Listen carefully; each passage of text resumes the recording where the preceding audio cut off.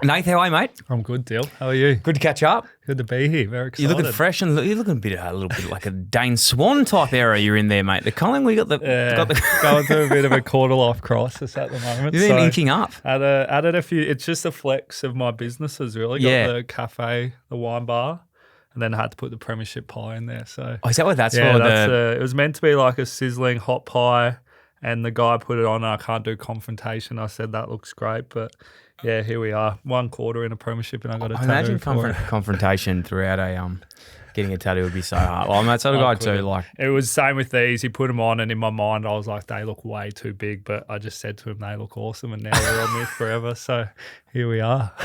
So good, mate. How's this year been for you? What a bit of a change up. Different roles, different lifestyle, as you said, in your business world now. Started a cafe and a wine bar. Give them a quick shout out. How they going? Yeah, it's Whiplash's been around for a few years now. Yeah. That's in Auburn Road, so that's doing well. I do nothing there. They just take my money and run the cafe, which is good. And Gibson's in Hawthorn as well, just opened probably a month ago now. So again, I got no clue what I'm doing and not doing much there. They just take my money. You sound like a fantastic business partner. My partners love me, yeah. But yeah, no, that's flying. And there's 2 of my best mates in it with one of their dads, and we've got no clue, as I said, what we're doing, but for some reason people like it. So. Yeah, it was funny. I was driving down, what road was Gibson's on? Gibson's is on Burwood Road. Burwood Road, and like I saw Trent, who I've met a couple of times, Bianco, and he was tooting. I didn't realise that was his place, but I've got to get down there and have a cheap wine, good pizzas, with the crew. But apparently it's killing it. Hey mate, so much to go through today, but obviously here today, thanks to our friends at Movember, such an important time of the year, something that I know you're passionate about, I'm super passionate about, and can't wait to have a chat today about your journey, but just to Movember and men's health in general. What made you so sort of pumped to get on board with the team? I think it's fun. Movember, I think it's different the way they do it, just in terms of growing a mustache, and they have other stuff, of course, where you can move for 60 kilometres during the month or just throw on a Movember event. But I think the best thing about it, like whilst it celebrates such a really tough cause for men, and the stats behind men and suicides is really scary, I think Movember do a great job of making it fun and really just, celebrating and just trying to raise money for a really big cause, because the stats behind it, I think it's 3 and 4 suicides in Australia are men, 60 globally an hour men, so it's just really scary. But the work Movember doing, just putting a big focus on, I think is amazing. So it's awesome. I don't know, I've heard those stats so many times, but you keep hearing them and you just like get goosebumps every time you hear obviously that really, really sad. But I think the work they do is just amazing, and they should be celebrated for it. Oh, for sure. Awesome. It's I have a bad habit of saying this. I always say like it's funny, but like it's not funny. Yeah, exactly. But I don't know how else to go into this, but it is funny because I come into the office now and like, so I'm really lucky that I have like a really supportive work group, and like straight away as soon as something's going on, I'm just like, guys, no, I'm fucked today. Like I've got, not in a jovial matter, but even if there is something serious going on in my life, I actually, over the last few years, like I've always been quite comfortable talking to people, but even more now, I'm getting so much better at that. And I think it's through like the continual messages of people, like Movember have been trailblazers in this. And then you see the young guys at Speak Share, and you see what Ned Brockman's doing, and all these sort of awesome characters in the public eye has all been the birth child really of something like Movember, who's been there from the start, promoting this awesome message. So it can almost get like so repetitive, but it's so good that it's getting that way. Yeah, I think it's getting more and more growth, which is amazing. And we've come such a long way in terms of just being vulnerable as men, but there's still so far to go. And I think that's where these organisations are just doing amazing work just to continue that message. Before we chat about your story, what are you doing the run, obviously? Are you doing the running? No. Are you doing the 60 Ks? I wish I could say that, because there's not too much happening up here at the moment. You're trying to grow them. I'm giving it a go. I said before, I reckon I'm still hitting puberty at the age of 24, so I'm still waiting for this growth. The worst thing about it is it's red as well. So there's strawberry. Just a lot of orange. I say strawberry blonde, but my partner says red. So, there has been a bit of effort behind this, but I don't think there's too much further to go, unfortunately, for me. This is probably You've still got a bit of time left. And we do ask today, if you do enjoy this episode, please head to Nate's link and make a donation, or just the Movember website, make a donation. If you enjoyed the content, we'd really, really appreciate it. And, I'm sure there's a lot to get through, both footy and off-field, that we're going to have a good chat today. So 24, man. I didn't realise you were so young. Yeah, I'd like to think I'm mature, but if you know me, I'm definitely not. I say 25 in a month, so I'm not far off. Wow. But yeah. And you were just saying before you having your first that was pretty crazy. My partner, in about June or July this year, I was about to go to Europe, and 3 days before, she said I got a surprise for me, and thought she got me a going away present, and just pulled out the pregnancy test. And yeah, massive surprise. But we got about 3.5 months to go now, so very exciting. That's a pretty big going away, Brett. She a lot to ponder on. Made the holiday a bit different for me. Yeah. It was a lot more tame, I think, after that. Yeah. I was meant to go for a couple months, but had to cut it short because she was at home probably struggling by herself, and I was just in Europe enjoying myself. So yeah, wow. it was pretty selfish by me to go, but no, she's doing amazing. She's been pretty sick, unfortunately, but she's doing great. So it's very exciting. Jazz, man, my wife, like she's going to hate me. She hates me talking about her, but she had like borderline, I'm pretty sure it's confirmed, like she had like this I think it's called HG. Yeah, my partner got that There too. you go. Yeah. So she's got so sick, and like for probably till like 20 weeks, like halfway through. Yeah, that's what's similar. And the doctor just kept kind of saying, it will turn after 18, but my partner's still copping it, unfortunately. And I just wake up every day and life's just the same for me, and she just unfortunately has to cop it. But so unfair. They're doing amazing. So unfair. How is the dad thing? Have you thought about it much? Like, is it? Not really, nah. Yeah. It hasn't probably hit me, and it probably won't hit me until the baby's there in March. But it hasn't really popped to my mind. I'm probably someone who kind of likes just to enjoy day-to-day life, and she's going off and buying all these prams and stuff with all my money as well. It's none of her money, but she's buying all this stuff, whereas I'll just, kind of wing it once we get there. Oleg Markov passed off a book to me, which I've started reading about dad life, but I probably should do more work now thinking about it. On a serious note, it is like, I'm not trying to scare you at all, but like all I've ever wanted to be was a dad, and like I think it's the best job in the world. But it's like, I think for me, I don't know, maybe other people are different. I listened to an episode actually with Jack Post on the Imperfects, was talking about he actually suffered postnatal depression, which is more common in a female, but he was really vulnerable in his story. And not that I experienced anything like that, but it's a challenging time, I think, for a lot of like blokes that you don't understand. And while we talk about mental health today, like it can be super isolating, because you sort of go from this period of like, you're 25 in a month, you're in Europe, you're doing all this stuff, and you're close with mates. But then if your mates don't have kids, you sort of fall into this other world now. You don't get to see your friends as much. Well, like, I'm not complaining about being a parent. It's the best thing in the world. But it is just, I think it's just something to be wary of keep good habits. Yeah. And it's something that I wish I did a little bit more in that first period. Like I sort of just went straight into just like being a dad, forgot about fitness, forgot about eating well. Yeah. I was like working as hard as I could, come home and try and be a good dad. But I think like my biggest sort of learning in the last few months has been, and this is a message like probably not even just to do with literally anything, is this sounds selfish, but I've got to put myself first now. Yeah. Like, because if I'm not at my best, like I can't be at the best for anyone else. Yeah. And like the old schema, the old airplane, oxygen thing, you put yours on first, then worry about other people. And that's been like my last few months has just been just going, fuck, like I've blown myself out so much this year on just like worrying about other things. Yeah. And like literally just let myself burn. Like, it really probably got to a really struggling place, and I was like, I have to reverse this. Hence, at the moment, I've got a heat pack on my back. I went so far the other way. I was like, cut out alcohol, coffee, many other things. I went to the gym every day for like 2 weeks, was feeling amazing, but then my back just exploded. So I'd say do it with balance, find the balance, and like a gradual build into that. Don't go one way. Yeah, don't go one way or the other. But look, the hunger's still there to look after myself, which is good. I sort of got to get this back right for now, which has been troubling. Hey, mate, talk us through your past sort of 72 months, I want to say. Yeah, because actually, I'll precursor that. What's 4 years in months?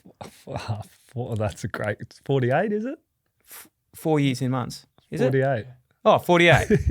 12 No, sorry, times no. 4 4 years in weeks is a lot. in months. 4 years in months. It's 48. It's 48. Sorry, I'm thinking about weeks. Okay. I got Well, I concussed said issues that I've 72 been then. here. How many fucking years back am I thinking? Just 48 months then. Go to your 48 months because a lot of injury in the start of that 48 months. Then you get into the team playing some really consistent footy, play some really good footy, win the grand final, and then the last 12 months you're out of the game. Yeah, I think it's an awesome career because there's a lot to it. Yeah. It's not a long one, but it's a short one, and there was a lot that got filled in that time. But yeah, probably 20 to 21, just couldn't get a game, injuries as well. Was that first year? No, so I came in and started 18.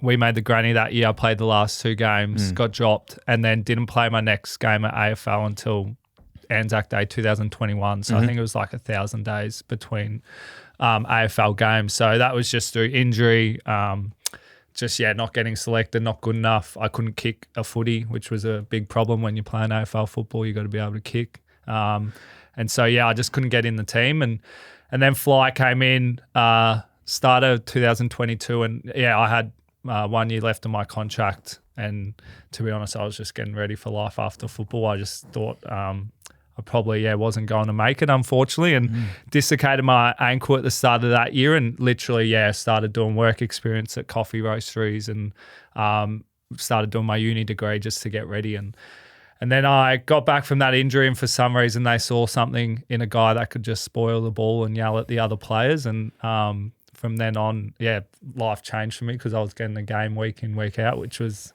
new for me. My biggest problem in football was I never probably felt like I belonged at AFL level.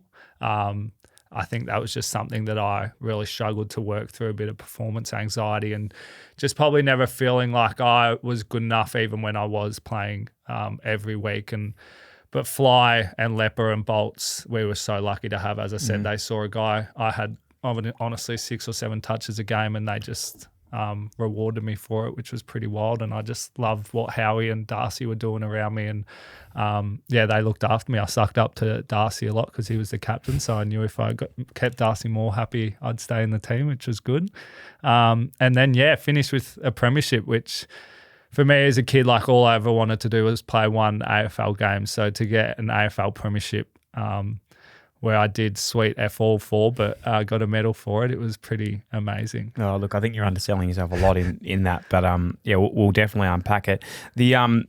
I've played sport like a lot of people do, and I think the reason people love playing with guys like yourself is you just get the job done and you just want to compete and team player. And I remember, watching you in your last couple of years, I always when I watch a series or something and I'd met you before this, by the way, when you watch a series sometimes and there's an actor in it and you're like, fuck, I hate this bloke. They're doing such a good job. But you think the actor's actually doing such a good job to make me be annoyed by them. And I knew we'd met before, but I always just think, I was like, fuck man, I'd never want to play on this bloke. He's so fucking annoying. Did you just build your, I don't think it was publicly as known, but watching you play, you were just relentless on guys who you played on. Yeah, I hated myself on the field. I just became this completely different person. But that's what your teammates would have loved about, and that's what Bolts and that's what they saw. Yeah, like Howie said. So I'm that guy every week in meetings. I just get the piss taken out of me. All the content's just about me. But then for some reason, that 2 hours on game day, you can't. I just can't. I'm just serious. I just can't snap out of being serious, and so that's why I just have this different personality. And I think I got knocked out in round 4 against St Kilda and got a bit of a elbow to the chin, and I would have done the same thing to me just because I'm so annoying. But I just kind of found as I said, I couldn't kick or handball. I couldn't do what Darcy Moore did and what Nick Dacos did. So I just kind of had to make up for it in other areas. And I've got these long limbs that I needed to use somehow. So for me, it was just how can I add in something that I might not be good at another part of my game, but I really good at this part of my game. And as I said, I had boys around me that complimented me. So anytime I'd mark it, I'd just handball it straight to Nick Dacos, or as long as I just blocked out for Darcy Moore, I'd get a game each week. So it was pretty simple for me. And then I just had to yell at them because Darcy's not great at listening on the field. He's kind of in his own world. But so yeah, I had it pretty easy, I reckon. Did you have a word? Were you sort of licking your lips when maybe there was a bit of scrutiny on Darcy Moore this year? When you're thinking, mate, I was loving life, to be honest. It's really bad to say because I'm still mad Collingwood, but the fact that they were losing, the big dog's not there anymore. Yeah. I texted Darcy about 3 or 4 times just saying where, like, he in the newspaper program final, there was this thing on me that said the Robin to Darcy Moore's Batman. Yeah. And Darcy framed it up for me for my retirement and gave it to me. And every few games, I just send it now saying, who the fuck's Batman now? And he wasn't too happy with me there. Good.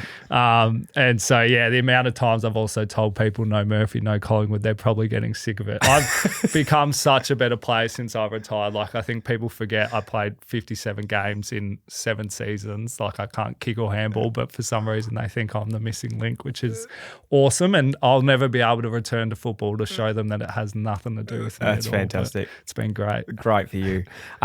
Speaking of, like, now you've finished up, and we do love going to these areas. Give us your guys that you love to play on. Did you have a bunny at the end of your career that you knew you were in their head by the end of it?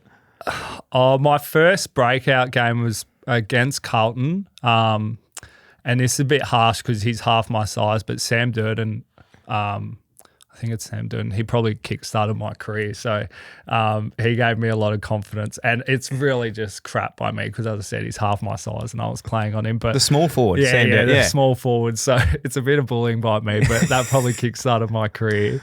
To be honest, for me, like, I was just in awe of, like, everyone I played on. Like, I was mad Geelong growing up, and I got Tom Hawkins sometimes, which was just like his thighs, like, just huge compared to me. Like, I'm just a stick, but I was just in awe of him. Charlie Curnow is probably my favourite ever player to play AFL, and I'm just obsessed with what he does. Like, I would literally be fanboying out there. So there wasn't really any easy game for me, and but I think that's probably why I was so serious, because I probably never really relaxed on the field. It was always just go, go, go sort of thing. But yeah, it was probably more in awe of the players instead of any bunnies. It's a really good point. That was my next question, was like, the players that you sort of respected the most. Would you say they were two of your biggest ones, Hawkins and Charlie? And I think I got some reward this year with the Coleman, but Jesse Hogan, I think in the few years prior, was so underrated. His ability to run and jump, but also body work was really strong. And so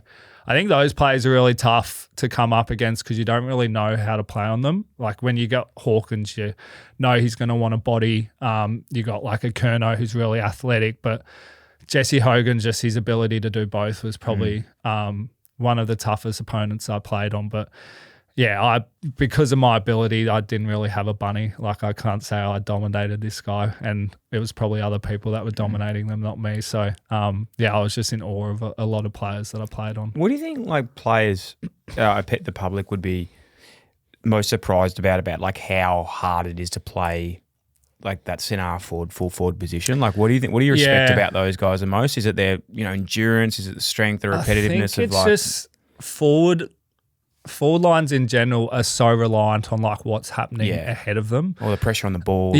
So like, I had 1 year in forward and I was even worse than what I was in the back line. And it's just so, you can be so athletic, so like your skills can be amazing, but you have to rely on what's coming into you, what the other team's doing. So I think those forwards are just so amazing because their ability just to like make plays out of nothing when you think you've got them covered and they just do something, you just like, you have to give it to them, because as a playing backline's easy. All you have to do is spoil the ball. Most of the time, like, it's very rare that there's a clean kick into your forward. So whereas forwards have to fight off a back, trust that their mids are going to be kicking it to them nicely. So I can't imagine being a forward. It wouldn't be too fun, but that's why I just went to the back line. So it's a lot easier. Yes. Well, those who can't play forward go back. And those who can't play back Darcy Moore get was delisted. one of them. Yeah. If you had to pick, right, you're starting a team tomorrow. Pendles or Dacos? Nick Dacos. Oh, jeez. I think Nick's probably going to be top 5 best players ever to play this game. Yeah. He's 21 and nearly has a Brownlow. He's already got a premiership. So what he's going to do in this space is just crazy. I think Pendles, I'd probably go Pendles. I've just never ever seen a footy mind like Scott Pendlebury. I think he's going into his 20th season and he's still, you can see by his Instagram because he's always posting shirtless pics, but he's still looking pretty good. But it's just more, he's like, football's hard enough, and Scott's, that was very formal, Pendle's ability just to go stop in the moment and go, okay, what do we need in this point in time, whilst you're completely cooked. Like it's just unheard of what he can do. He's probably the best player to never win a Brownlow, but I'd have to go Pendles. He's a pretty scary, he's incredible player. Will probably be Collingwood's one. Probably Collingwood's. It's hard to say he's going to be Collingwood's greatest player ever when you've got Dacos. Nick Dacos following him. Yeah. It's Nick's ability to kind of jump on Pendle's back has been really nice to watch and really good to watch as well. Nick's just got this hunger that even if he gets a Brownlow, like, you just won't know. What was it like when he got to the club? Because he was already one of the... he came in the year before to do a pre-season under the father-son stuff, and he could have easily just slotted into our team. Really? Do you think like back then you're like, this... Like... You could just tell he had it. He was playing half-back and just racking up the ball. He comes across as humble Nick, but once you get him going, he's happy to talk about it. But I think he has every right to talk about it. You know, it's funny. I need to bring this up with him one day, but I'll save it for one day when he comes on the pod. But I know there's a cheekiness to him because he used to like DM me when he was like at the start of the podcast. He must have been like 15, 16. And he was saying something like, "Oi, Flog, like, when are you going to get me on the pod?" I was like, this is like when he's like in like year 10. Like, he's like DMing me that. And then like, I'm like, all an act. They speak very well on TV, but underneath, which as I said, he probably has every right to. Oh, it's fantastic. Talk about himself. Have you seen, just off topic at the moment, have you seen their trip over the state? Yeah. It looks like they've literally done the most crazy shit. That's the Dacos name. It gets you everywhere. Yeah, they've gone to like, I don't think they were on the podcast. We were talking about this before, but they were at Barstool. Yeah. They went to the UFC. Basketball, NFL. So they've done everything. Yeah. They've Nick's only in his 3rd or 4th year, so he's meant to actually be back at the club with the academy boys at the moment. But I think they can let him have a bit of, I think he's allowed to have a bit more time off. A little bit of time off would be big. I'd love to talk about that 2020. Three? Grand final? I don't even know when it was. It's crazy. I was going to say 2018, but obviously that was the year that the guys lost. What do you remember of the year? Like, how crazy of the year was it? Like, with everything? It was wild. I think the year before was more wild. Like, we were 22. We kind of had no expectation of us. We were tipped to didn't the first... Well, we were on the bottom of the ladder, weren't you? So we came into 22 second last and then started round 10, I think we were... 3 and 7 maybe or less, and then I came in. I'm saying the Murphy effect. We didn't lose a game for the next 12 games, but we just went on this wild ride of winning games by like under a goal, and the belief you can get from winning a few games like that's just amazing. And you kind of feel invincible because no one's really expecting you to win, but the games you do, like, it's just an amazing feeling. And it was an amazing ride. We got to prelim and obviously just fell short by 1 point, but it allowed us to start that 23 season probably going like, we're the best in the comp here. We just everyone needs to play their role and we'll do well. So 22 was probably more hoping, whereas 23 was like we believed we were one of the better teams. And so it was, it's footy seasons are just so long. Like, it's so draining sometimes. You forget. When you win the grand final, you kind of forget how like hard it is to kind of go through a season like that. And for me, like I think it was 2 head knocks, 23. So I think like for me, I kind of knew I didn't have heaps longer in the game. So it was just trying to make the most of the opportunities that I had to be out there. So sorry, was that from with the concussions you were like going, if I get a few more of these, I was just like in my head, I was 23 at the time and I think I was up to 8 already by 23. Wow. So when did you start getting them? So this started my first year. First year? So I played cricket So when I was 17, so 17 was when I started getting them. So Yeah. I'm up to, I had 11. So I was, 8 by 23 and then had 2 more in the year. Yeah. And was that getting like monitored throughout your time in the Yeah, AFL? it was kind of, everyone just kind of was like always talking to the doctor, like, what are you thinking sort of thing? Yeah. Like, where's this at? Yeah. So for me, I really kind of was hanging on to that 23 year, not knowing it was going to be my last, but also kind of knowing I wasn't going to be in the game for heaps long. And I'm sorry, again, just to No, keep that's fucking okay. interrupting, but with those conversations, you'd sort of sat down with like an expert or something being like, if this continues to happen with your head, like you should rethink what you're doing, or was it more of a personal? Just more with the club doctor. Yeah. He just said like, at this point in time, I think I was averaging like 1.5 to a year. And Yeah. so for me, like if I was going to play to 30, I'd have heaps of head knocks. Yeah. I'm not smart enough to work out the exact maths, but he just said like, you can't keep tracking like this. Like it's just not going to be good for your health or anything. And so, for me, it was just trying to make the most of kind of what I had in that period of time. And 23 was just an amazing year. I think people forget, like we started really well and then we kind of hit a bit of a lull towards the back half of the year. And so we were probably questioning kind of where we were at. And then I think a game before the finals, we just went back to DNA and it was awesome. Went on the ride and won a grand final. So it probably like hasn't hit me that I'm a premiership player. People say it kind of does when you leave football, but it's just like you're standing in the middle of the MCG with this medal and you just don't know what to do with it, but it's just what you dreamt of your whole life. So it's pretty amazing. Do you, on the day, obviously you had a concussion quite early. Like, do you have memory of the day itself? Or it was a pretty crazy day. I was late to the game because my bloody missus, she's from Byron, and so I had to pick her up from the airport and her flight was delayed. So the day of the grand final. Day of the grand final wasn't a good start to the day. That's probably kind of kick-started the day for me. But it's just like such a blur because your whole like routine's just kind of thrown out because you got like performances on the field and stuff. And so like it just everything felt so rushed. And then we got out there and I started playing really well, which was, of course, like another thing that doesn't normally happen. So it was just like, it just wasn't my day, I think. I just say like it was 30 degrees. I would have got sunburn out there. So it was easier for me just to sit on the bench. But I can remember everything up until the incident. And then with my concussions, I like can't remember the incident and about like 30 seconds to a minute after that. So I just remember going for the ball and then next minute I remember running off the field with my trainer and went down into a dark room and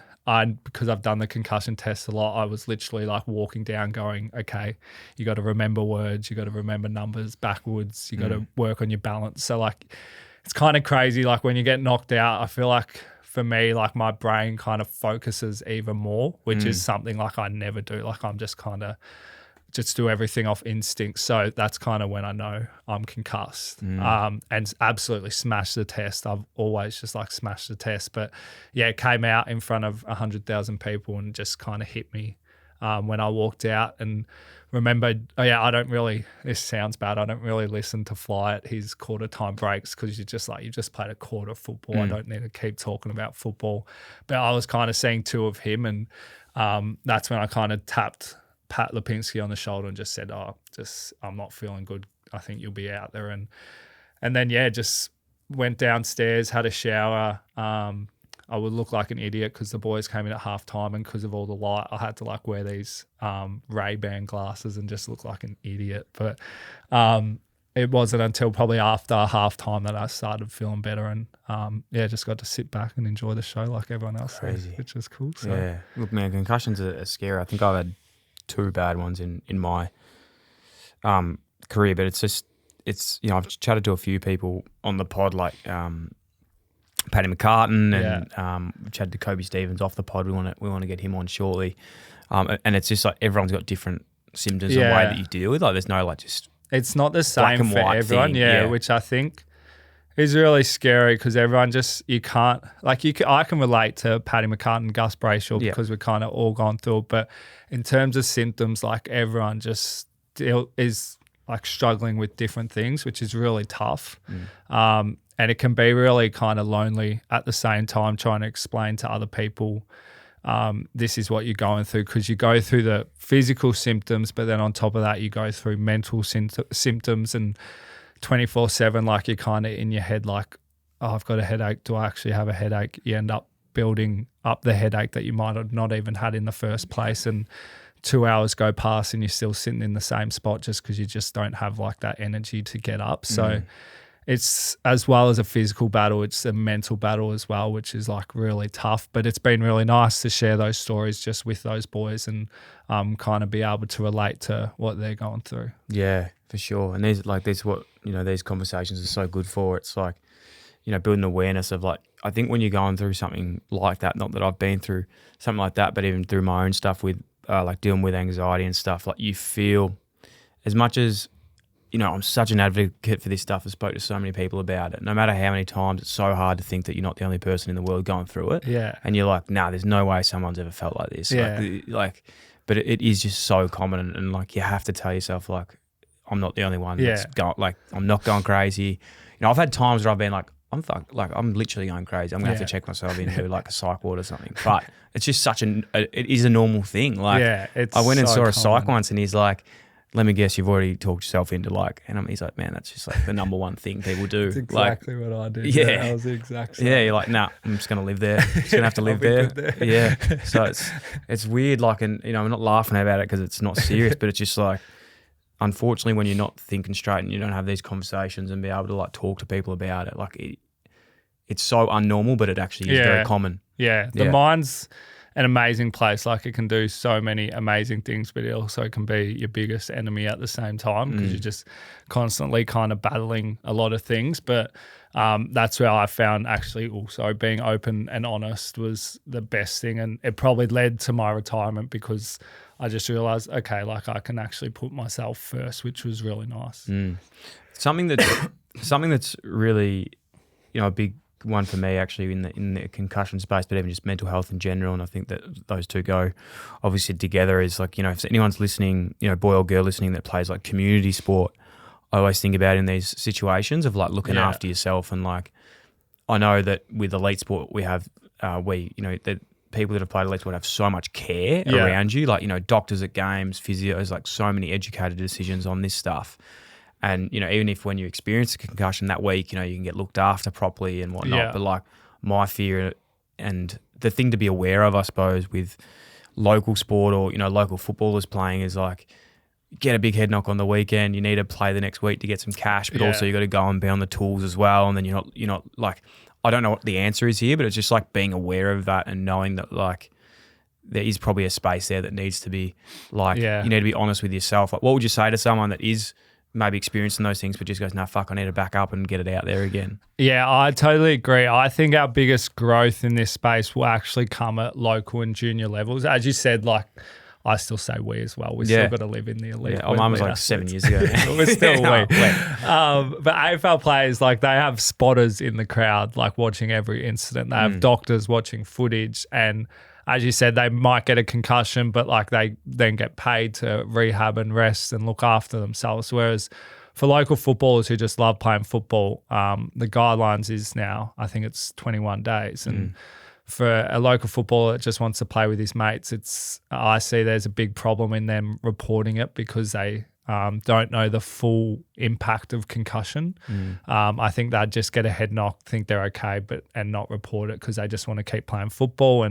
And the hardest thing is, like, it can flow on into their work. They might have to miss days of work. And so I think the biggest growth is in education into these younger year levels, into these local sports. Not to scare them, but just to know, like, it takes, I think it's 30 days for your brain to recover. Like, your brain literally like is rattling inside your head when you get a head knock, and it swells up and it needs time and rest to recover. I sound like I know what I'm talking about. This just because I've had so many concussion meetings, but I just think like they don't know the full effects of what concussion is actually doing, whereas us AFL players get educated on it 24/7, so they know. And so I think the more we can get into these local levels and just educate them on the effects of concussion and how important it is, and how missing 2 games of football in the scheme of things is nothing compared to your overall health, because it is really scary. Like a few head knocks and your chances of dementia and CTE just increase. And I don't know what my future is going to look like. Like, I don't know what my health will be like. I just kind of have to live in the now and the present and just kind of assess where I'm at now. But for me to live, hopefully, a happy and healthy life in the future, I have to put my brain first. And there's not much going on up there, but I think it was like the best decision for me, because it's just so important how you look after it. And yeah, it's just that education is just going to be massive, I think, for the future of AFL and concussion in general. No, it's a great decision that you made, mate. And I think a lot of people have been, as we know, with Gus and Paddy and all those people now, you know, taking this stuff so seriously has been awesome. A little bit off topic, but it's funny how like what you prioritise as a young bloke versus when you get older. Yeah. And like I was, we had a young kid in today that is getting drafted this year, and you know, all I wanted to do was like, I was that guy talking about, right, like head knock, who cares, keep playing next week. Yeah. Go to the gym, build biceps. Yeah. And I was like... Still like that a bit. Oh, well, that's how I hurt my back. But basically, all I was saying to him this time, I was like, man, if I could go back and be an 18-year-old, like the 3 things I would do over like all the other stuff I did was like, 1, just focus on like my mental health and like be like really proactive with it. 2 was I'd get really good at like core strength, because like now I literally bend over and my back just like blows up. And 3, I'd just stretch, like just be flexible. And I'm like, man, I just wish I just knew this shit like when I was like younger. And now the 4th one can be just look after my head as well for young kids. But you don't want to do that stuff, man. You come in so naive, and all you want to do is just impress day one. Like, for me back then, like it was tough for me just to like go in and just like get my head knocked off, because it would impress the coaches. But I think that's where it's changed a lot, the look of football, and it's going to continue to change, but I think for the better. But yeah, it's hard as a 17, 18-year-old coming in and being so naive, and you just want to play games of football. But it's in hindsight, there's a lot more to life than just football. What's this month been like you with Movember? Have you have to do anything else apart of being with the crew? We did another chat. We did a bit of a photo shoot. As I said, I've become more famous since retiring, so there's been a few photo shoots, which has been nice. Did an SEN call. Everyone's probably sick of me. Gus and Paddy probably went out pretty quietly with their concussions, whereas for me, like I've been living it up. So like any opportunity, I've just kind of said yes. But for an amazing organisation like this, it was hard to say no to. So yeah, just more airtime, which has been nice. Just trying to spread the word on the organisation and just donating. So it's been good. 100%. And we'll make sure we have the link in the show notes to those donations, guys. If you've got something out of this today, it'd be huge. No donations too small.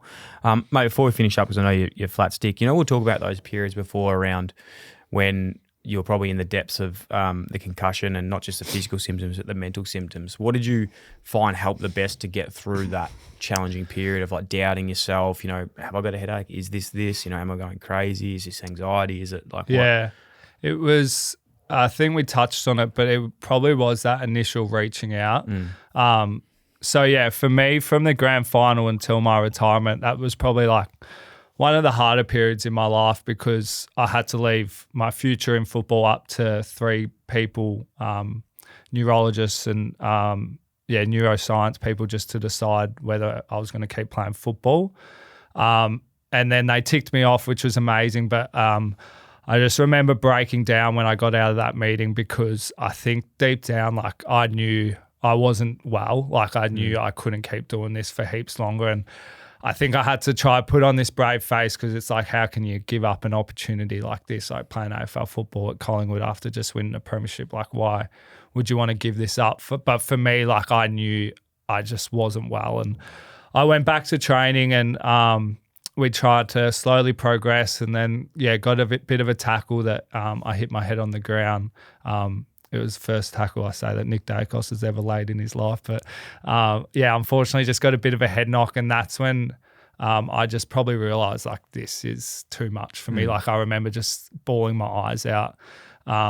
and from then on, like just symptoms really kind of increasing with everything I kind of did. And that's when I kind of went to the club, went to Craig Kelly and Graham Wright. And I was just probably about to sign a 3-year deal. And I just like couldn't keep training, couldn't keep putting myself through this. And I just kind of had to say, like, I need to pull away. And I think that was probably one of the biggest reliefs in my life, because it was just like, it's probably the first time I've gone like, you actually need to look after yourself here. Like, it was like my partner at home was like, I was just on the couch and in bed doing nothing. Like, she was probably feeling the effects. I was having anxiety attacks in bed, just like thinking I was going to die and waking her up. And so she copped it. Same with my family. Like, they just probably saw a side of me that they've probably never really seen before. And so it wasn't until I really told the club and the boys that I just needed to pull back,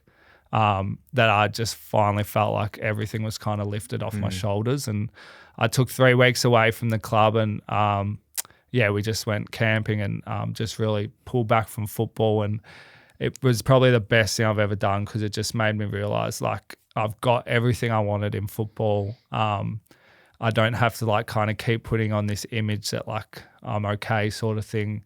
And for me, like, I was just so grateful for all of the experiences I had. And with of course, the continued symptoms, like, it was the best thing for me was to retire. And so that's when I called it. But that whole time I was dealing with this psychologist who was just amazing. And for me, like, I've always been a guy who just didn't believe in that, but just thought like, I don't need to speak to someone.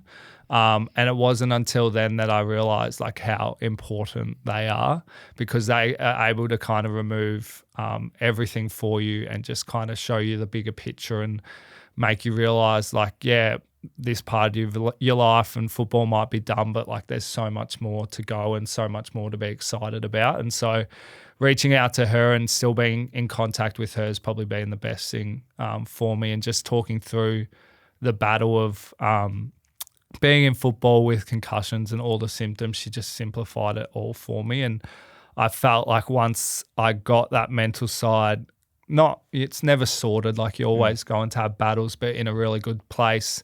I found my symptoms were also getting better because of that. And I still have symptoms today, and some days are different. You wake up and you don't know what's coming. You might not be able to get out of bed, but some days you're okay. But just knowing that like everything's going to be okay, there's so much more to life. Like, it was just really reassuring for me. And so, yeah, she allowed me just to feel really comfortable to retire from AFL football. And it's been probably, it's weird to say, but it's been the best decision I think I've made in my football career, because now I can just enjoy life and get ready to be a dad, which is pretty cool. So I'm looking forward to it. Oh, incredibly put, mate. That's fantastic. And I can empathise and definitely felt those situations myself. And yeah, it's a hard place to be in when you just think like, fuck, like is this ever going to improve? But the first thing you got to do is just talk to people, and it is almost like that weight like just comes off your shoulders a little bit. Like, feeling. And sometimes it doesn't happen overnight. It takes time to just sit in the uncomfortableness and just back yourself in. But it's a great point. There's so many resources, guys and girls listening, on the Movember website about how to have a conversation with people, but also if you are in a position yourself that you need to speak to someone, we'll make sure we put all those links, because it is so common, as we've been talking about today, which is really cool, mate. No, I can't thank you enough for your time and your story and everything that's going. Sounds like you're absolutely killing it. But as we said, it's all relative right now. Like, things can come up, things can go down. I'm sure things will be absolutely fantastic for you. But life's crazy. You never know what's around the corner. So take care of ourselves, take care of the people that we love around us. And if anyone's listening that's enjoyed it, make sure we donate, send it to a friend that maybe needs to hear something like this. And big thank you again to Movember for all the amazing work they're doing. Thanks for having me. Big listener of this, so I'm pretty honoured to be on it. So thank you. Last time someone said that, it was Nathan Buckley. No, it was Luke Hodge, and I said to him, "Oh, that's awesome. Who's your favourite episode?" And he goes, "Nathan Buckley." And I actually hadn't had Nathan Buckley on the show, so I'm in fear of not asking. I kind of like leading you, Brett, and the footy and friends. Yeah, I like the footy and friends, and I love it it when you make Brett bite a lot. I think that's good fun. So It's not hard, mate. He bites very on. entertaining, He bites so. on anything. I appreciate it, mate. Thanks again, Dyl. and link in the show notes.